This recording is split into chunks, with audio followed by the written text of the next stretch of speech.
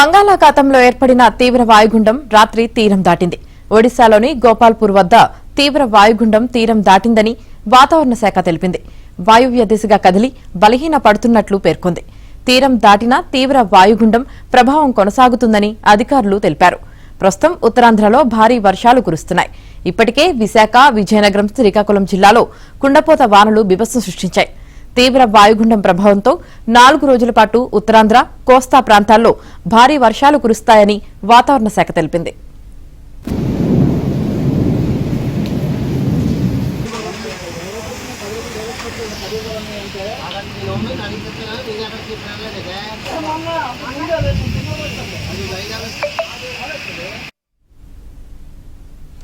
బంగాళాఖాతంలో ఏర్పడిన తీవ్ర వాయుగుండం రాత్రి తీరం దాటింది. దీంతో 4 రోజుల పాటు భారీ వర్షాలు కురిసే అవకాశం ఉందని వాతావరణ శాఖ తెలిపింది.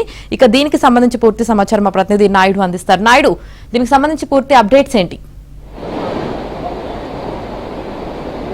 యామిని, ప్రస్తుతం నిన్న ఏదైతే తీవ్ర వాయుగుండం గోపాల్పూర్ సమీపంలో తీరం దాటింది. ఇప్పుడు ప్రస్తుతం అయితే అది ఉత్తర ఒరిస్సా అలాగే ఛత్తీస్గఢ్ పరిసర ప్రాంతాల్లో ల్యాండ్ పైన కొనసాగుతుంది. క్రమంగా బలహీనపడి ఇప్పుడు తీవ్ర అల్పపీడనంగా కొనసాగుతున్నటువంటి పరిస్థితి మరింతగా క్రమంగా బలహీనపడేటువంటి అవకాశం అయితే కనిపిస్తుంది. ఇప్పుడు ప్రస్తుతం అయితే దీని ప్రభావం అనేది క్రమంగా కొంతవరకు తగ్గుముఖం పట్టింది అనేది మనం స్పష్టంగా చెప్పొచ్చు. ఇప్పుడు ఆంధ్రప్రదేశ్లో అయితే చాలా చోట్ల పొడి వాతావరణమే నెలకొని ఉంది. అక్కడక్కడ ఉరుములు మెరుపులతో కూడినటువంటి వర్షాలు పడడానికి ఆస్కారం ఉందని చెప్పి వాతావరణ నిపుణులు అయితే అంచనా వేసినటువంటి పరిస్థితి.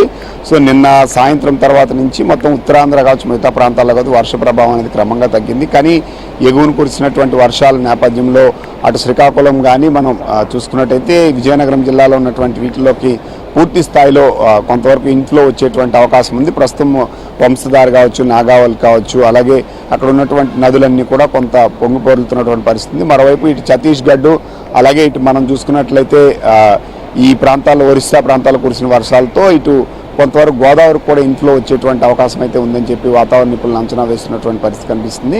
సో ప్రస్తుతం అయితే మాత్రం ఆంధ్రప్రదేశ్లో కొంత పొడి వాతావరణం ఉన్నప్పటికీ కూడా, ఎందుకంటే అప్పర్ ఎయిర్ సర్క్యులేషన్స్ ఒకటి ఈ ట్రఫ్ని లైన్ నుంచి అటు తెలంగాణ మీద కర్ణాటక వరకు ఒకటి కొనసాగుతున్నటువంటి పరిస్థితి, అటు రాయలసీమ పరిసర ప్రాంతాల్లో కూడా ఉపరితల ఆవర్తనం ఒకటి కొనసాగుతుంది. దీని ప్రభావంలో ప్రస్తుతం మనం చూసుకుంటే చిత్తూరు, కడప జిల్లాలో కొన్ని చోట్ల వర్షాలు పడుతున్నాయి. అటు పూర్తి స్థాయిలో చెన్నై పరిసర ప్రాంతాల్లో వర్షాలు పడుతున్నాయి. ఆంధ్రప్రదేశ్లో కొంత ప్రెజెంట్ అయితే పొడి వాతావరణం ఉన్నప్పుడు కూడా అక్కడక్కడ ఉరుములు మెరుపులతో కూడినటువంటి వర్షాలు ఈ రోజు కూడా పడడానికి ఆస్కారం ఉందని చెప్పి వాతావరణ నిపుణులు అయితే అంచనా వేస్తున్నారు.